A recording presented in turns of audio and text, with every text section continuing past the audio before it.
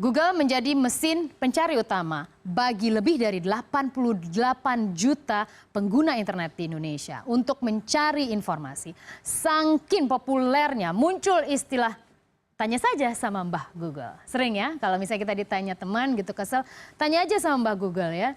Dan untuk menyebut ataupun juga aktivitas pencarian di dunia maya. Ironisnya memang pemerintah justru kesulitan melacak pajak Google di tanah air.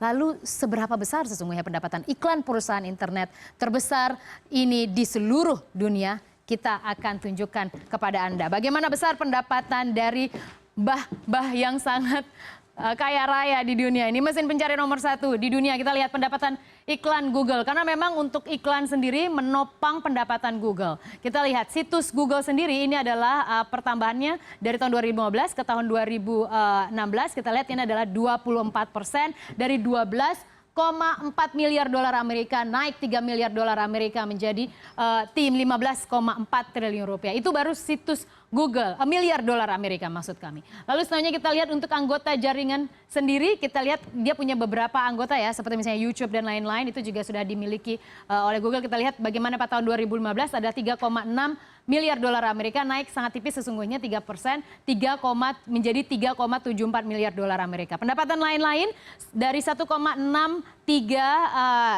miliar dolar Amerika naik 33%. Kita lihat ini juga sangat signifikan ya.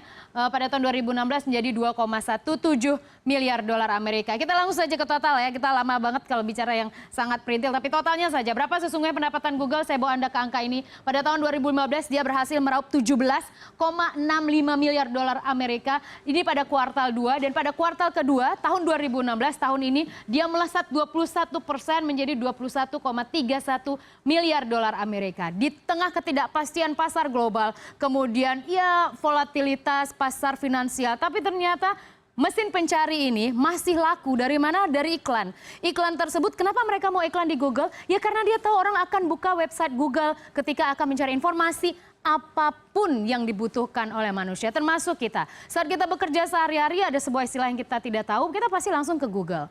Kita lihat itulah mengapa mereka punya pendapatan 21,31 miliar dolar Amerika. Tapi bila kita bandingkan lagi dengan kewajiban mereka membayar pajak Indonesia sangat kecil sesungguhnya. Yaitu hanya 418 juta dolar Amerika. Kita bandingkan dengan ini 21,31 miliar dolar Amerika.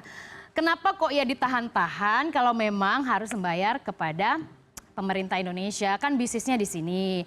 Nggak apa-apa lah berkontribusi ke pemerintah sesuai dengan aturan kan, sesuai dengan regulasi. Jadi dengan angka 21 miliar dolar Amerika, sementara kewajibannya tidak sampai bahkan setengah miliar dolar Amerika, hanya 418 juta dolar Amerika. Kok kira-kira pelit amat ya ngeluarin sedikit sesuai dengan kewajiban, sesuai dengan regulasi. Kita akan tunggu seperti apa taji pemerintah untuk memaksa Google membayar pajak sesuai dengan regulasi yang berlaku.